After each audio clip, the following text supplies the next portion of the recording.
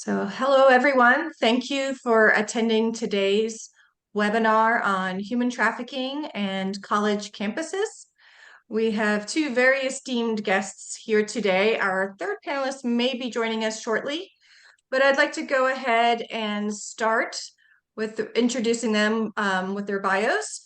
First, we have Tony Talbot, who is the Director of Advocacy of the Human Rights Center at the University of Dayton. He is co-founder and director of Abolition Ohio, the Miami Valley Anti-Human Trafficking Coalition. He also lectures in human rights, political science, and sustainability. He serves on the Ohio Attorney General's Human Trafficking Commission and researches and writes on Southeast Asia, nationalism, human rights, and human trafficking. Originally from Dayton, Tony joined the military and served a total of 13 years in both the Army National Guard and the U.S. Navy. He traveled extensively throughout the Western Pacific and Indian Ocean regions, including Asia, Australia, and Africa. While finishing his tour of duty, he earned a BA in History and Government from Columbia College. He then left the service to attend graduate school. He earned an MA in International Affairs from Ohio University and studied for a PhD in political science at Arizona State University. So welcome, Tony. Thank you so much for joining us today. Next, we have Dr. Celia Williamson, who has been engaged in anti-trafficking work for over 30 years. She has published numerous articles, books, and reports. She founded one of the first anti-trafficking programs in Ohio in 1993 and directly worked with victims in Toledo for several years. She has completed numerous federally funded studies. Additional accomplishments include founding the oldest and largest annual academic conference on human trafficking in the world titled the International Human Trafficking and Social Justice Conference, founding the Lucas County Human Trafficking Coalition, and serving as president of the Global Association of Human Trafficking Scholars. She also produces a podcast called the Emancipation Nation Podcast and founded a global network of advocates called the Emancipation Nation Network. Finally, she serves as a G100 and is the global chair for human trafficking. So join me in welcoming our two panelists. I will give Dr. Celia Williamson a little extra plug. She actually spoke at our conference last year. And if you haven't had a chance to check it out on our YouTube channel, U.S. Catholic Sisters Against Human Trafficking, it's on trauma-informed care, and she does an excellent job on that talk. So check it out if you get a chance after this webinar. So I'd also like just to give a quick plug for our upcoming conference, which will be September 28th through the 30th in Chicago. It's not too late to register, and you can just visit our website, sistersagainsttrafficking.org, to be able to find out some more information. But we will have a great lineup of speakers on a variety of topics related to human trafficking there as well. So with that said, we'll go ahead and get started. If each of you can just tell a little bit about your experience and your work in this realm of human trafficking and college campuses, and we'll start with you, Tony. Thanks, Christine. And hi, Celia. It's good to see you again. Yes, Tony. Always love to be doing anything with you. You are amazing. So same thing. We could spend the next hour just talking about how great we each are. And thanks to everybody who's joining us online. I've been working on anti-human trafficking at the University of Dayton now for 14 years, really. And I worked internationally on the issue prior to that. And at the college campus, I think everything started for me here at the University of Dayton because of students. Students became really aware of the issue of human trafficking here in Dayton back in 2009. And started advocating to have the university do something about it. We got involved. I was in the political science department at the time, put together a course on human trafficking, a semester-long undergraduate course that was really aimed at experiential learning or service learning, and had a strong component on that side. But it was student-led student organized. Students started an anti-trafficking organization that they called the New Abolitionist Movement. We held a series of conferences. Out of that, we realized that there was a need to try to convene all the key stakeholders around the region on the human trafficking issue, and to start really doing some leadership on this issue in the greater Dayton area. So we founded Abolition Ohio. We had students who were founding members of Abolition Ohio, which was our anti-human trafficking coalition, involving law enforcement, service providers, advocates, researchers and scholars, as survivors from around the region. And then we've worked with students side by side ever since, both trying to improve the conditions on campus and increase awareness of the issue, to reduce vulnerabilities of students on campus, and even more so to sort of mobilize our students with knowledge and tools so that they can go out and spread awareness in all of their circles and channels around the state and around the country, around the world. So from my perspective, working with students has been a real gift over this last decade and a half. They've brought a lot of passion and energy to this. They've kept me really on my toes, having to learn more and more about human trafficking, having to keep up on all the latest research, all the latest organizations and opportunities for folks, and really with a total focus on practical knowledge and on action and activity and making a change in the real world. So I mean, that's basically where I'm coming from, and students have been at the heart of my research and my advocacy and my scholarship on trafficking for the whole time. Great. Thank you so much for sharing that. Celia, would you like to go next?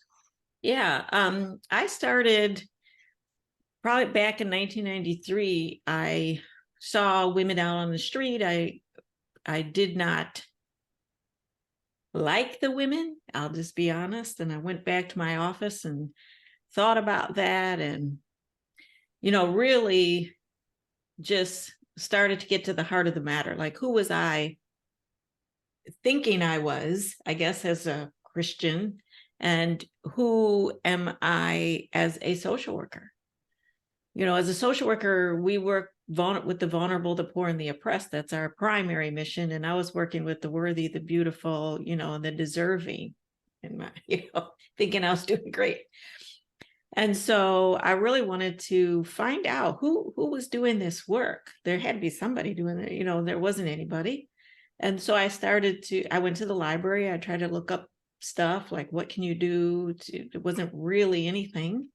At that time, there was a lot about HIV and prostitution, but it was more like, how can we keep prostitution, HIV from getting to like the good people of the world? And so I decided to go out on the street like 3 times a week for 6 months, talking to the women, following the women, learning about the culture, the streets, the dope boys, the drug houses, how you keep yourself safe. And I really got my own education, which I don't recommend you do.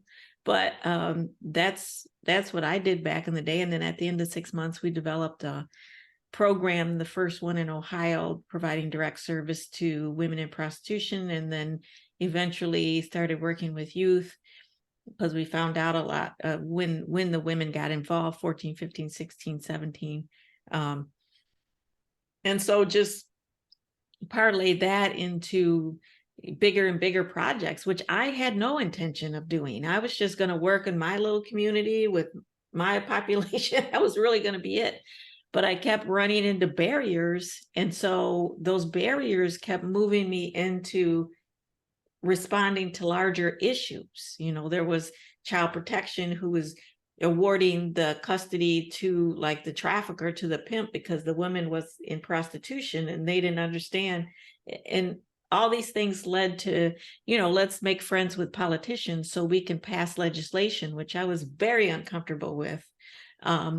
But I made friends with politicians, with people who were, that song, I got friends in low places and I got friends in high places, because I had to make those friendships. And then that led me to build a anti-trafficking coalition, which led me to, work on the legislation, which then I met Tony and all the people at, being one of the founding members, Tony and I, of the state commission, and then on and on. And, I held a conference, which was going to be 1 year, and now it's 20 years later. So I had no real idea of the scope and the reach.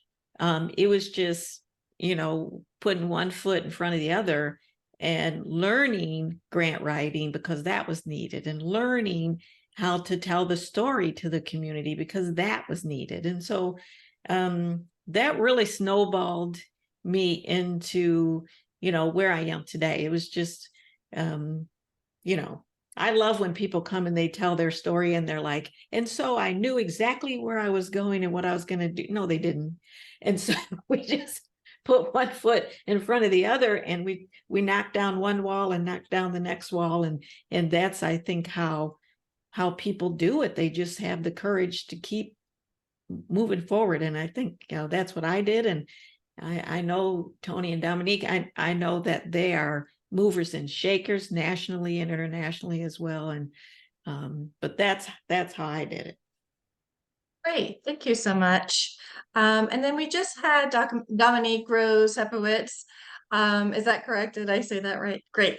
So I'm going to go ahead and introduce you, and then if you could just share your experience on this issue, your involvement with this issue, and then from there we'll go into some of the questions. So Dominique Rose Sepowitz, PhD, is a social scientist focused on developing innovative and impactful research on emerging social issues, especially those affecting girls and women. Her scholarship is grounded in theories and methods exploring of relationship dynamics, the impact of trauma, and intervention development. She is an associate professor at the Arizona State University of Social Work and the founder and director of the ASU Office of Sex Trafficking Intervention Research. In 2018, Dr. Rose Sepowitz presented a TEDx titled Hidden in Plain Sight, Sex Trafficking Next Door at Perryville Prison. She leads numerous initiatives working with community partners, including law enforcement, social service providers, and survivor support organizations in multiple states. Dr. Rose Sepowitz is also the co-creator and clinical director of Phoenix Starfish Place, a HUD-funded supportive permanent housing program for sex trafficking women and their children that opened in 2017. She's an appointed member of the Arizona Governor's Human Trafficking Council and the City of Phoenix Human Trafficking Task Force. She's the principal investigator on numerous state and federal grants and is the principal investigator on a 5-year NSF grant, exploring illicit networks that facilitate human trafficking. Dr. Rose Sepowitz has diverse research and service funding from contracts, foundation grants, and federal and state grants. She was selected by the Arizona Department of Public Safety to open and operate the first Arizona Human Trafficking Hotline beginning in February 2023. She's on the editorial board of the Journal of Human Trafficking and has more than 40 peer-reviewed publications. She was interviewed in the 2019 PBS Frontline documentary, Sex Trafficking in America, and has been twice invited to the White House under the Obama administration to participate in national gatherings of policymakers, advocacy groups, and researchers on combating human trafficking. So thank you, Dominique, so much for joining us today. And if you would just take a minute and talk a little bit about your work in this realm. If you just may need to unmute yourself first. Thank you. I feel like when my bio is read, I get really tired. Like, gosh, that's exhausting. I'm so excited to be here with Dr. Williamson and Dr. Talbot. These are some of the giants in our field. Dr. Williamson is really the godmother of human trafficking research. And I've really been so lucky to be a little bit in her shadow and really watch her fight some of the fights. And then I got to slide past. And I feel like that's what I've spent the last 18 years doing, is fighting some new fights and letting people slide past, and really breaking down barriers of misunderstanding about prostitution and trafficking, really trying to make sure that people are aware that people are in really difficult situations right in front of us in our communities. And so my work, my mom was a social worker. I met Dr. Williamson in 2003, the first conference, and was really inspired by the community-based research, and realized that I was going to spend my career doing primary data collection, really talking to people, understanding what was happening. And I looked in this brand new field. The TVPA was only passed in the year 2000. So we were 3 years old at that point, really using the parameters of what human trafficking was in the United States. And realized that we were sort of missing some of the partnerships with law enforcement, which isn't always welcome in our community of social services, and missing some of our partnership in the survivor community, which is also not always loved by pro-sex work communities. And so I spent probably the first 6 years of my career just listening, running therapy groups, listening to people, reading articles, trying to understand what was happening, and then made a decision of what I thought I could do that would be helpful. So we started placing sex ads online and tried to figure out who was buying sex in our big community here in Phoenix, Arizona. We started looking for children online because there wasn't machine learning. There wasn't ways to scrape data and look for kids. We didn't know who was at risk and who wasn't at risk. We studied the Super Bowl. We started talking to the federal government, DARPA, about what they were doing, and became part of some of those bigger grants. We worked with Thorn and Demand Abolition, and looked at all those pieces and tried to make sure that we had a really balanced community looking at research and trafficking. Being on a college campus, it's been really interesting. A couple of years ago, I got an alert that said, sex trafficking on college campuses. If you have any questions, email Dominique Gross-Upwitz. And I was like, me? Like, why would you email me? Right? Do I have a study that I didn't know I did? Like, what happened on my we're the largest campus in the United States. We have 144,000 students this year. Many are online, huge though. And I can tell you that it's been a bit hard to capture. We know that I do work with law enforcement. We do stings with them, and instead of arresting people, they offer them HIV testing and wraparound services. And I can tell you that I met an 18-year-old who turned 18 3 weeks ago. I met her about 6 months ago, and she said she immediately moved in with her boyfriend, who was her pimp, and he put her out, but she went to high school every day. And so that high school didn't see that risk. They didn't see what was happening. And we have an obligation to go into schools and talk to schools about what they can do to prevent this from ever happening. But also, if they identify someone, how they should treat them without stigma and judgment. And then on college campuses, we've in those same stings interacted with people at some of our private colleges around here, where they give them just enough tuition relief and just enough assistance to get on campus and live in the dorms, but not enough to pay for food, not enough to pay to sustain them.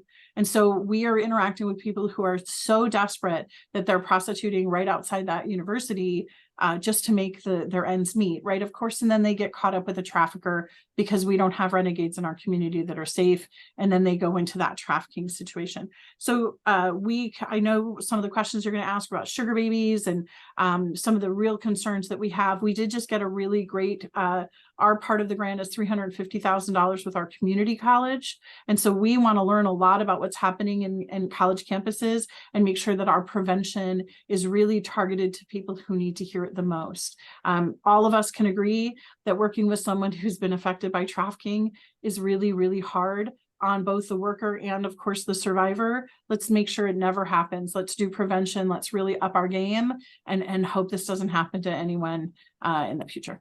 So that's me. Thank you so much, Dominique. And so you just kind of led into our next question, or our first question. So who do the traffickers tend to target on college campus? So you mentioned maybe some of those vulnerabilities, like they just only have enough money to, barely make ends meet. So who would like to take that on first? Well, I mean, I can talk just really quickly. Yeah. So what we know is that college students leaving their home for the first time feel really powerful. It's a really incredible opportunity to find who you are. Unfortunately, the first 3 weeks of college is one of the most risky experiences in a woman's life. She's something like 6 times more likely to be sexually assaulted during those first 3 weeks of college. So vulnerable, drinking for the first time, unsupervised, no one's watching, right? All those pieces. And so feeling powerful is complicated by having wants and needs. Being a college student doesn't come oftentimes with wealth. And there are things that people want and need. And if someone dangles that in front of them without violence, it doesn't feel like prostitution. It doesn't feel like trafficking. It feels like a powerful exchange. But what we often see is that powerful exchange diminishes into violence or control, and that 18-year-old doesn't have the strength and the power that they thought they had.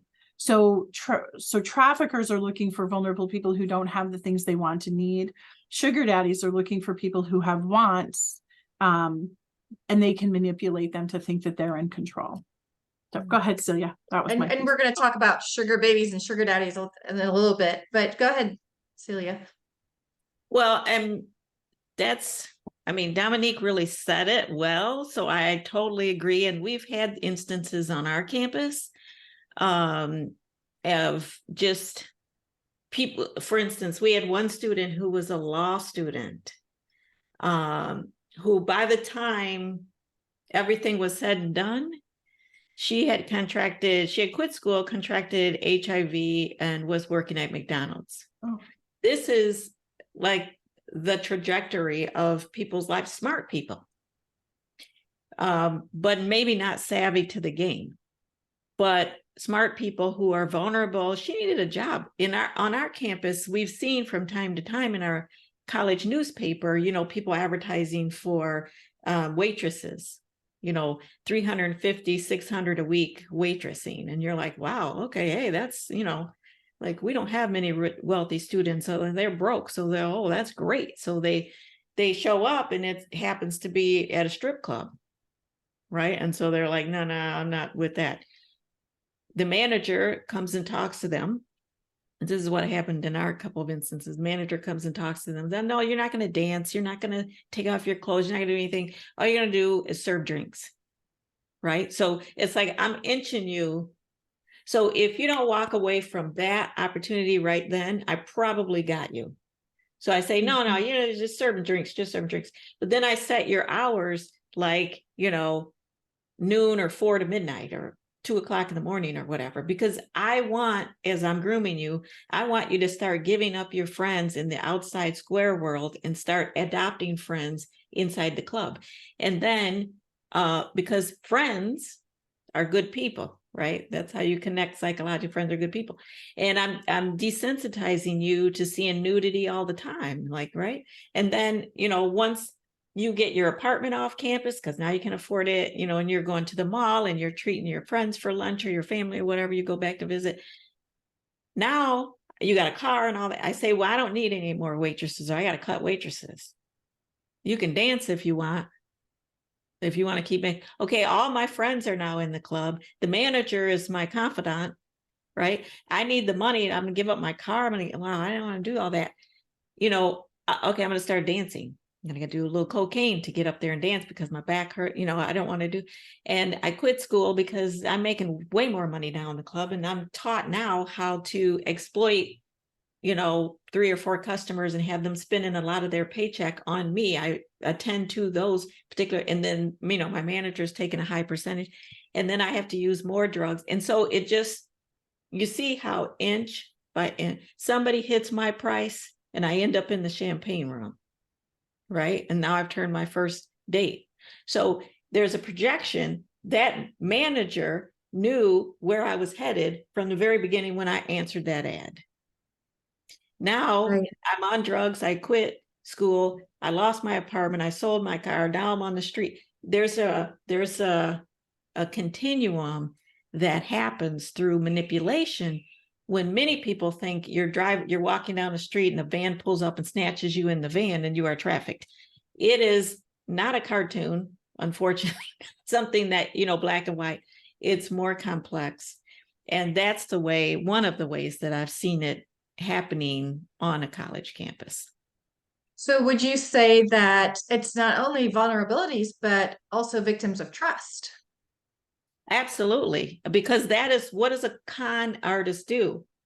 They don't even take your trust, you give it. Mhm. That's the whole part of the con. And as Dominique mentioned, so the first few weeks are the most vulnerable because especially if you're on your own for the first time and so forth, and you may be coming from a more sheltered life, some of those trust issues may come into play. Thank you so much, Celia. Tony, can you share a little bit? I'd like to learn a little bit. We think of women as often being the victims. What about males? Can they be victims on the college campuses as well? Sure. Yeah, no, thanks, Christine. And that's really interesting. And yes, of course they can. I guess a couple of things I wanted to talk about when we were talking is to expand this beyond just conceptualizing it as sex trafficking and commercial sexual exploitation. Forced labor and labor trafficking also occur and can occur on college campuses or with those same vulnerable groups. For example, they could be scammed into exactly the way Cecilia described it, but instead into low-level criminal activity, other forms of criminal activity, such as being a drug mule, a courier, doing other petty thefts, etc. So it doesn't have to be just commercial sexual exploitation. It's also a wide gamut of labor. And of course, males can also become victims of both labor trafficking and sex trafficking. LGBTQ folks have a much higher level of vulnerability generally than straight folks.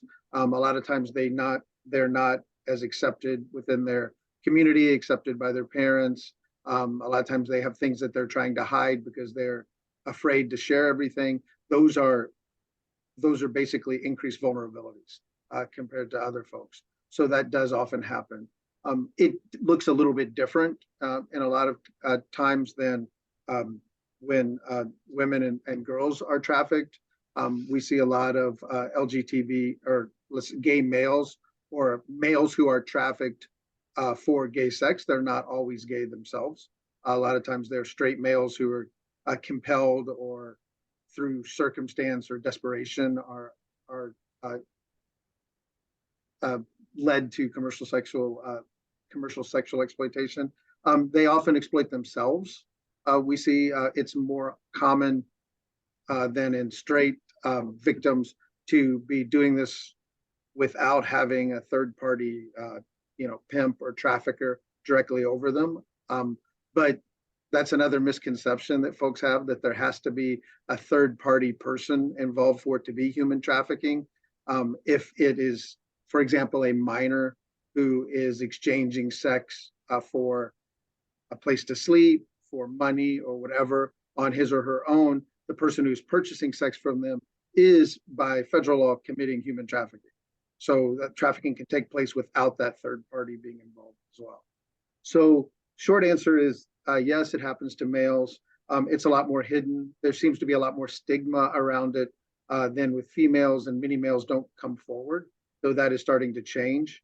We're doing a lot of great work here in Dayton with our teen shelter and teen outreach that they're specifically focusing on LGBTQ youth who are on the street and talking about human trafficking and talking about a lot of other issues to them, and really expanding programming because we see it's a major problem. Great. Thank you so much. Those were all excellent points. So who are the traffickers? Say I'm a college student and I kind of want to know who should I be looking out for? What should I be looking for if I'm kind of looking for people who might exploit me? We talked a little bit about, the club situation, right? And then we've also got the employment type situation. But is there any type of particular description, or can traffickers be anyone? So I mean, can. it really, Oh, go ahead. You go, Celia. it really isn't a who. It's kind of like a what kind of behaviors are they exhibiting, and what kind of feelings are, what's that little voice inside you saying that you're keep turning down when you need to turn it up, that kind of thing. So these can be elaborate schemes. They can be, they're there to outwit you. It's not to snatch and grab you, right? Because, I mean, not that snatch and grab doesn't ever happen. It does happen, but it's not as common. See, because the game is always the same. Like, I'm trying to make as much money as I can for as long as I can. So I need somebody who's vulnerable and willing to somewhat go along. So if I snatch somebody in a van, I'm going to make limited amount of money, and I'm taking high risk, low yield. So it really doesn't make a lot of sense. So it's often people who are highly skilled are somebody who has an elaborate scheme. They have an agenda that they carry out, and it's to put you at ease, right? Every step of the way, but you have to pay attention to that feeling inside you, that little voice, if it's And I think there. there are other things. Sometimes kids get to college campuses and they're lonely, right? Their roommate is different from them. They feel a little bit uncomfortable and they say, well, I'm just going to go on Tinder, or I'm going to go on Match, or I'm going to go on Grindr, right? If that's where males hook up. I mean, a hookup is, I think, part of some of the culture that we're among. But traffickers are really, really smart, right? How do you get a person in your car? How do you get a person in your apartment or your hotel room? It's pretty amazing. So we see traffickers recruiting on all of those sites. So some of those might be through power, right? Taking control of that person.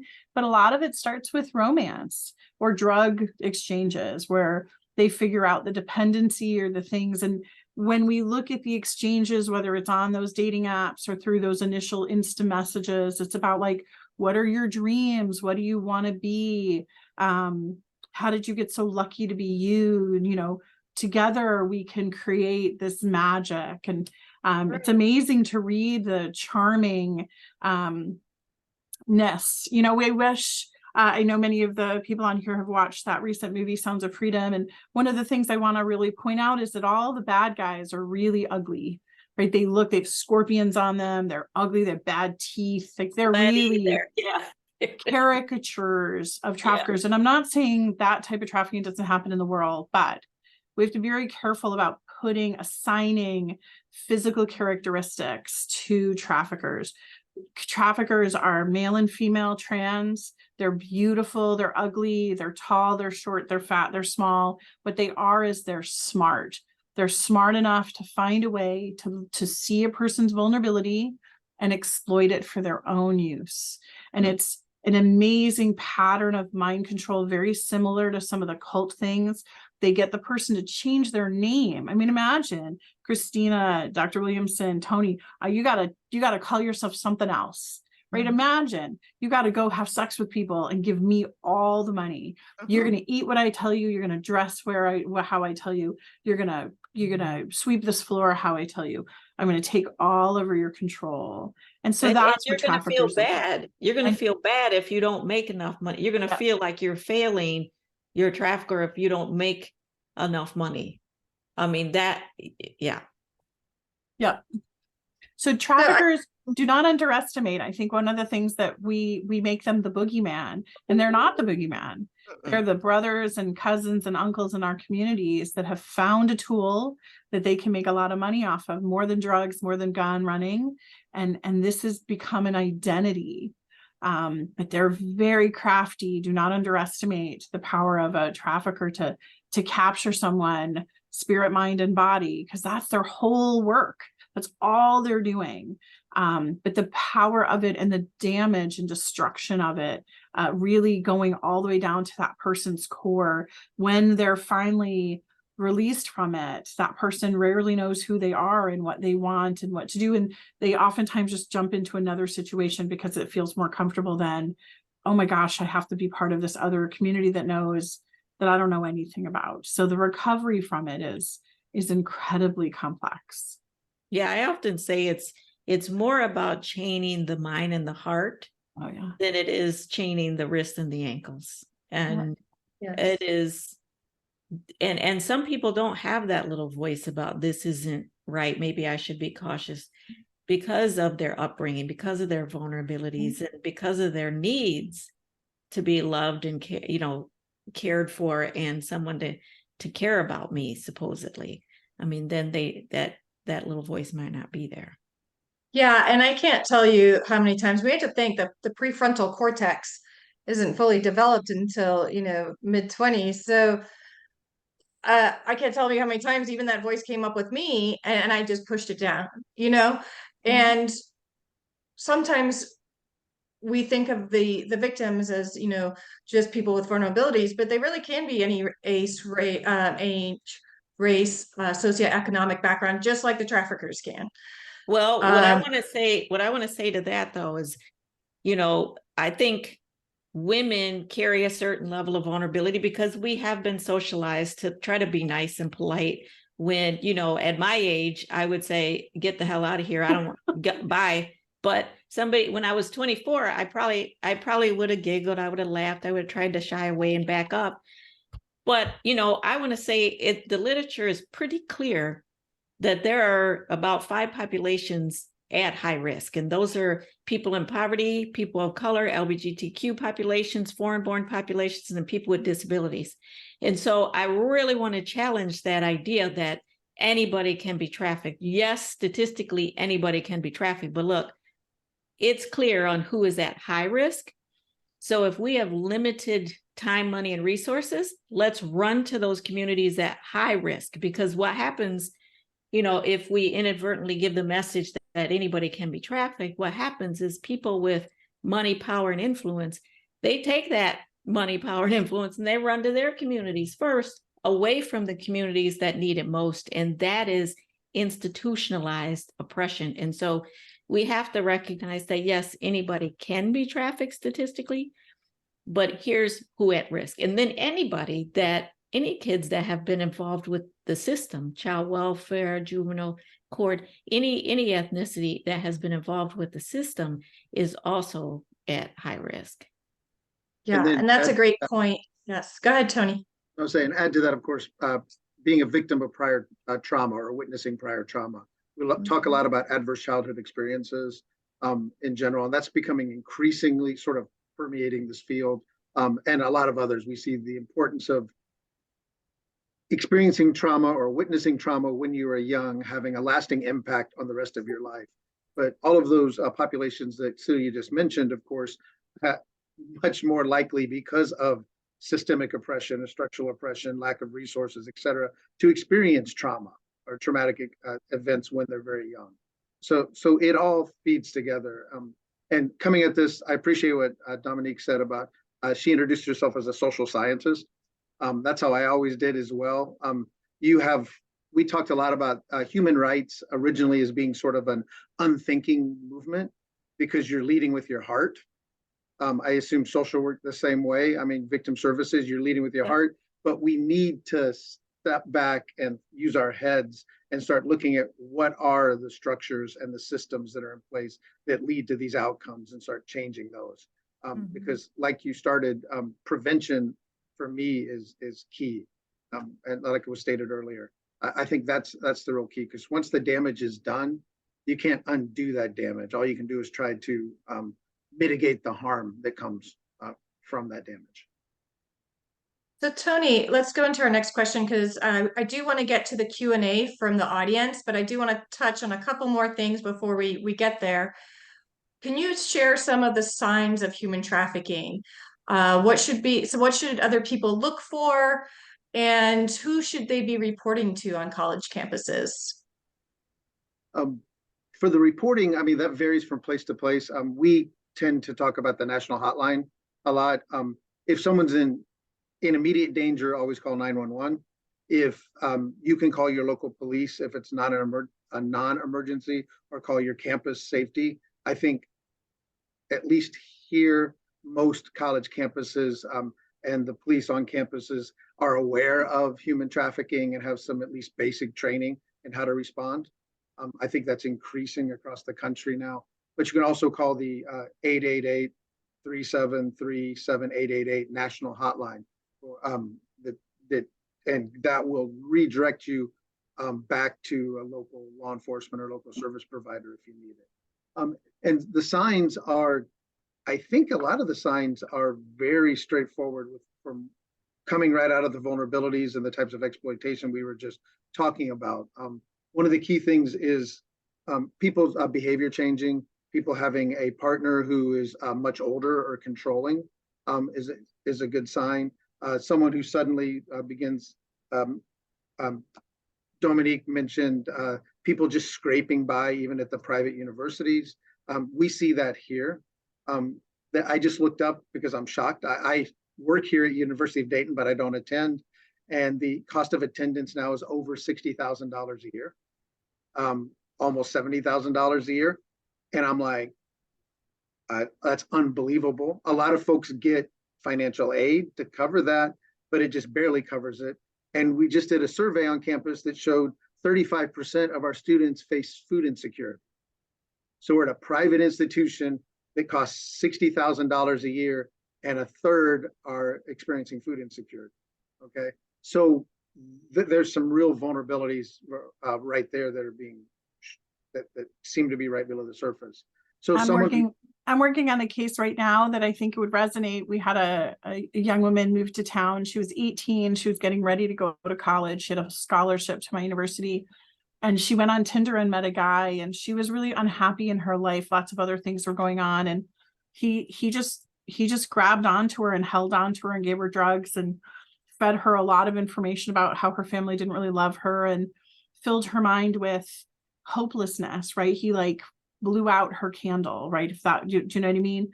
And I think one of the things that is important for us is that she looks just like me. She could be me. She came from a place where I could have come from. She could actually be my daughter, which is a really uncomfortable part of turning 50. What our struggle is, of course, in our community is when people don't look like us, that we can't connect to their experiences, right? When we talk about unshelteredness and people have absolutely no second layer, they have no one to turn to at all. Not one person would help them. Not one person would let them sleep on their couch. Most of the people in this conversation listening to us have at least one person, if not 20. Most of us have a huge social support network that if push comes to shove, you could sleep in their yard, right? Whatever, on their steps. But what we find is the people who have zero second level, who are in a place they're unfamiliar with, they don't have that social network. Maybe they've had some challenges in their life that cut other people off. They feel disconnected from their families, whether it's by systems like child welfare or, foster care or detention. And they feel really isolated. That is a perfect opportunity for a trafficker, whether they're white or person of color, whether they're male, female, trans, that person is vulnerable. And it doesn't matter if they live in my community, Paradise Valley, one of the highest wealth zip codes in the country, or they live, in Toledo, where in some of the neighborhoods that are at most risk. If they have the protective factors, adults that are paying attention, connections to others, support for physical and mental health, they have the things they need. It doesn't matter where they live and what they look like. It matters the way they feel about themselves. But for us as helpers, we need to be very careful that we're not always looking for what we think it looks like. When I met this girl in jail, I was like, oh my God, I can't, as a victim service provider, I've spent many years, as most of us do to cope, pushing away that this could have been me, right? We push it away. We say, like, I don't have brown hair. I wouldn't drive that kind of car that was in that crash, or I would never ride a motorcycle, or whatever it is that we need to push the trauma away so it doesn't become personal.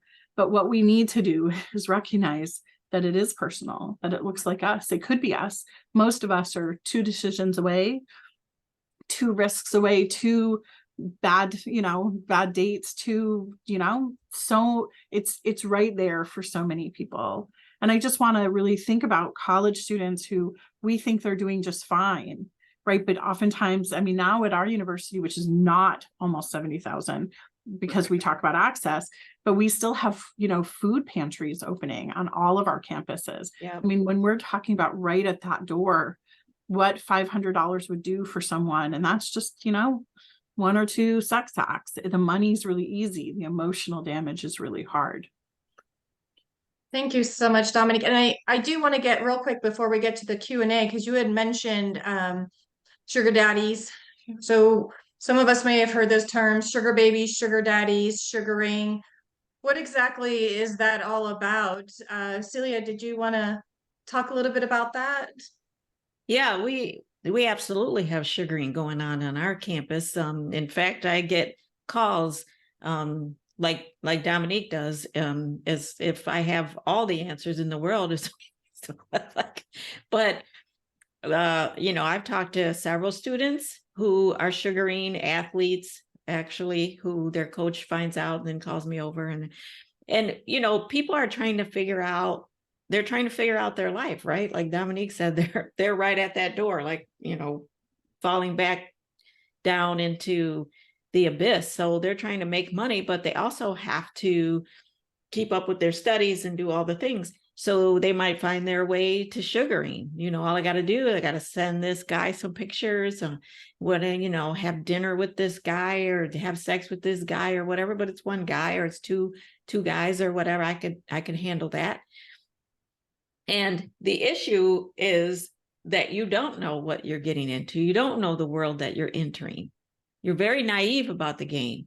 And so we've had girls that hooked up with guys in Detroit. They're going to, be their sugar daddy and they're going to be the sugar baby, but you don't know if this person you're meeting that says, oh yeah, you're going to have sex with people, you're going to make money, but I'm going to get all the money and you're going to have, you're so close to the fire and so naive.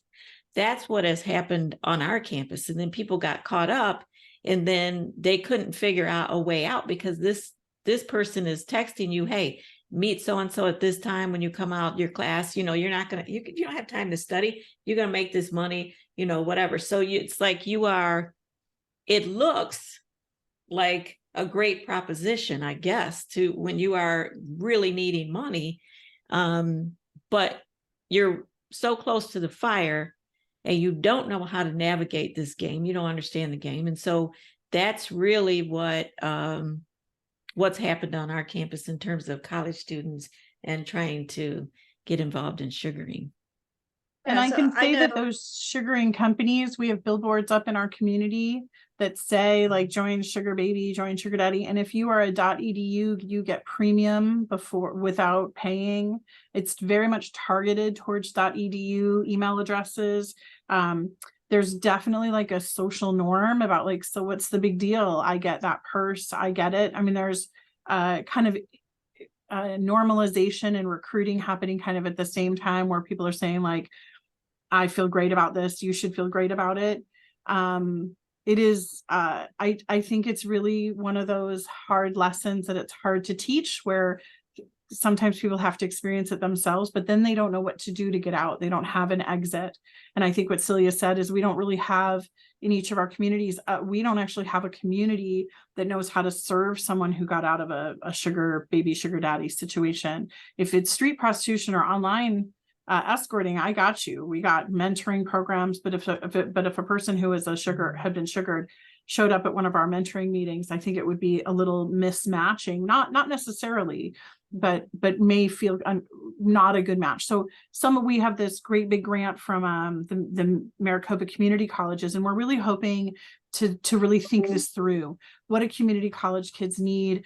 Mostly what we know is that they don't know what trafficking is. They think it is the boogeyman jumping out of the bushes. They don't think it's this absolutely adorable guy at a party who smells really good, who doesn't really have anything to do with the university, but he's at that party anyway, and he wants you to come home with you, and he's going to hook up with you, and then he's going to hurt you and scare you and try to get you into these other situations. And he might take you to Las Vegas, right? You might feel it might like blow up, but we just inherently don't think of those risks because we're young and we're having a good time. So it's actually a really scary time to be a parent, right? Or in a community where we have kids who are going into colleges, especially. So our community college, this big network, they serve 250,000 kids a year because they start with advanced placement in freshmen in high school. So what an opportunity for us to do awareness development, how we can survey those kids. Like we really know that we're right at the cusp of this, but Everything I've read about OnlyFans, for example, they do age verification. They make sure that person is 18. They do not make sure that person can't share their phone number.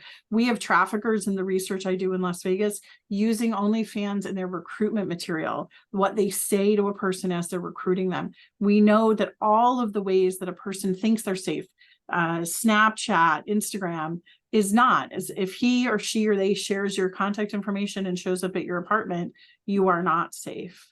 Right. And I'm so glad you brought up OnlyFans, because that's another huge one on social media that traffickers can use to exploit women, and definitely blew up over during COVID.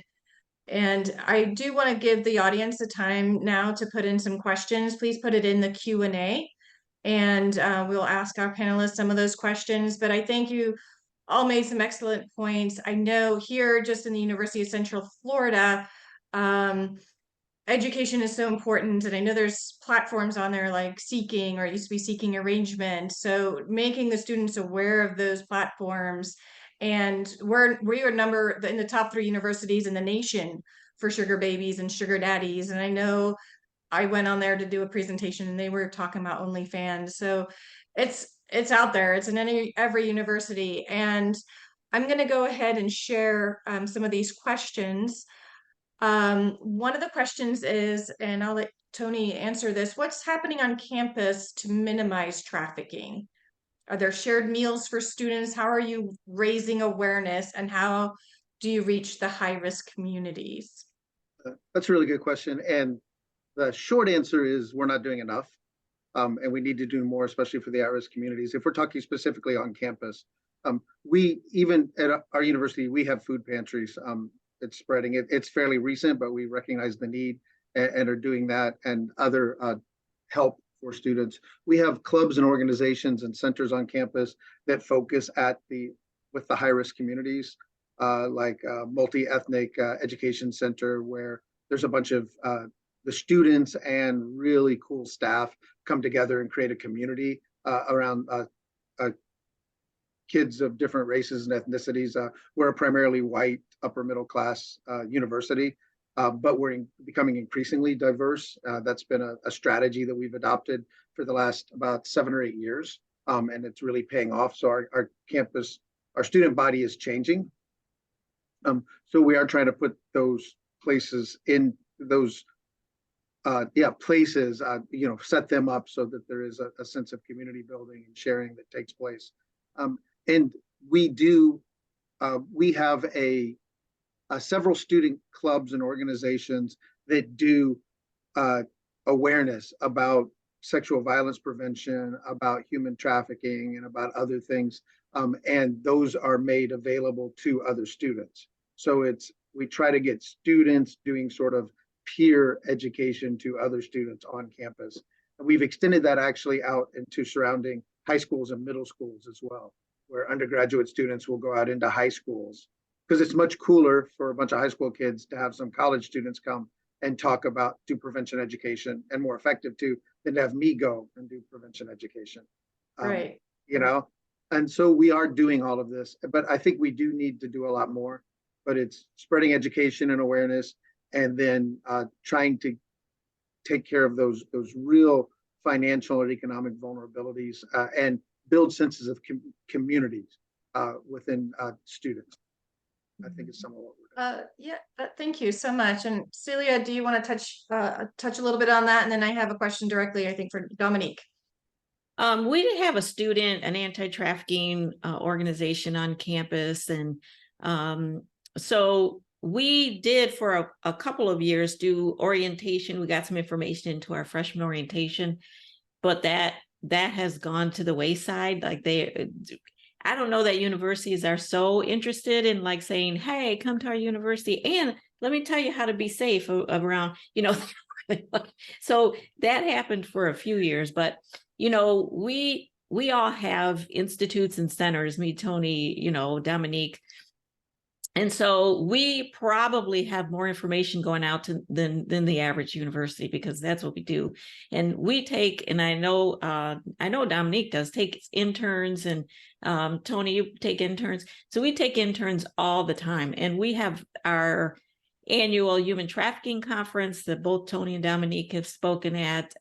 Any faculty, staff, student on UT campus can come to our conference every year for free, because we want them to go out in the world and be ambassadors and talk about human trafficking. And so for us, that's some of the ways that we get information out throughout our particular campus. Students are actually very passionate about this work. And I agree with Tony. I mean, I love students, because you go out in the world and you say, hey, let's do this. You know, the world is like, man, we already tried that in 2008. That didn't, but you go in the campus with students, you go, hey, let's try this. They're like, man, we could totally do it.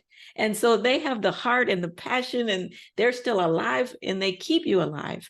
And so that's why I love college campuses, and I love working with students, because they have the hope and the dream that we can change things. Yes, so true, so true. I know I worked with a group of students. They went around and put human trafficking posters all around surrounding businesses and all on campus. So I think there's a lot of great ways for students to get involved. Okay, I do have a question for you, Dominique. I have a friend in the Phoenix area who wants to volunteer for human trafficking awareness. Is there a website to sign up to volunteer? So it's interesting. We're in an interesting time. I feel like there have been really some national groups that have been excellent about swooping people who are interested in, here's a code, and donate your money and come on a sting with us. And we're a little bit quieter. We like it when people talk with their money. I still make jewelry that have starfish on it, and that helps me pay for adults who don't have dental insurance and eyeglasses.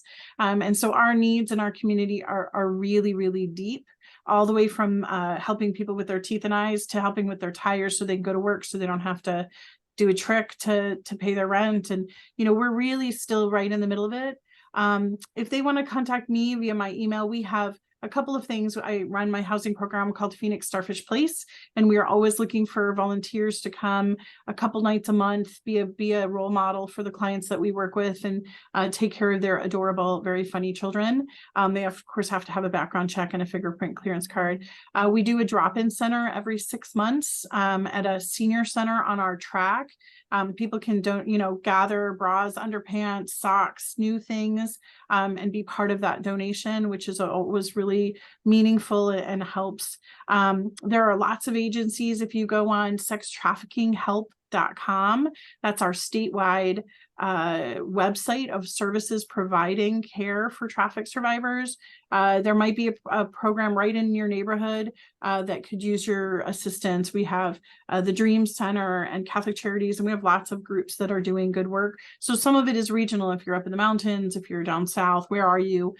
Thinking about it, but don't be afraid to talk with your wallet. I know sometimes people want to use their skills, and I'll say, well, do you knit, or do you cook, or do you? And they're like, no. I'm like, do you know how to use what I call a cry cut machine? No, it's a Cricut. Do you know how to do that? No. Well, then talk with your wallet. Then help us with the ways that we need to do. Go to the craft store, buy us all these, we can give you a list. So there was so many ways to get involved. But I know that in my office, we're about to hire someone to help with that, to help take people's energy and enthusiasm and steer it better, because right now it's sort of like follow me around, right, which doesn't make anyone happy. I do want to jump on what Celia said, and I want to encourage anyone on and we here. have 2 minutes, and I just want to get I'll to be one more super quick. question and last thoughts. Sure, go ahead. If you decide you want to be a scholar in this, talk to Tony, talk to Celia, talk to me. We need another 100 scholars paying attention to trafficking. We need your help. We will nurture you and support you. We will help fund you. Please, please, please consider joining the anti-trafficking field as an academic and a scholar. We really need your help. So that's it for me. Thank you so much. And I think those are great tips, not only for Phoenix, Arizona, but for anyone who wants to get involved. Okay, so I don't think we have time to go into the top 10 apps, but is there a couple of, what are the maybe top few apps if you want to mention real quick, and then we'll leave it up to our listeners to kind of do the more research on those that predators are using to lure college and other kids. And then if you can just take a quick minute, 30 seconds to any lasting thoughts that you have that you want takeaways for our audience. So the apps we're seeing are the ones that my 12 and 14-year-old are using as well as college students. So we're seeing Discord, traffickers finding victims. We're seeing Snapchat. In our cases, we're seeing Tinder. So don't think it has to be some like meet me, disappearing, going into smoke. It's not. It's whatever kids are on. Traffickers we don't think are using the dark web like the boogeyman idea. They're using what kids are using. So if your kids are online, that's where traffickers are looking for them. Thank you so much. Any other last minute takeaways before we log off, because we're right at the top of the hour? I would say if you want to learn more, I have an Emancipation Nation podcast, so tune into that where you can get weekly information. That's what I would plug. Great, thank you. Tony? And I agree. I think we just need more people to learn a little bit more and to not just looking away and turning the other side. You know, this exists. Do something about it. There are resources almost everywhere to get involved in anti-trafficking. Just do a little bit of research. You can reach out to any of us and we can help direct you toward the right place. But just get involved. Don't just sit on the sidelines.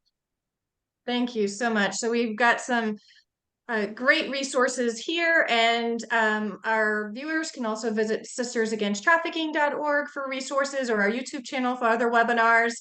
Thank you so much for attending today. Thank you to all our panelists taking time out of your busy schedules. Keep up the great work. Together, we can all work to end human trafficking. Thanks, and have a great day.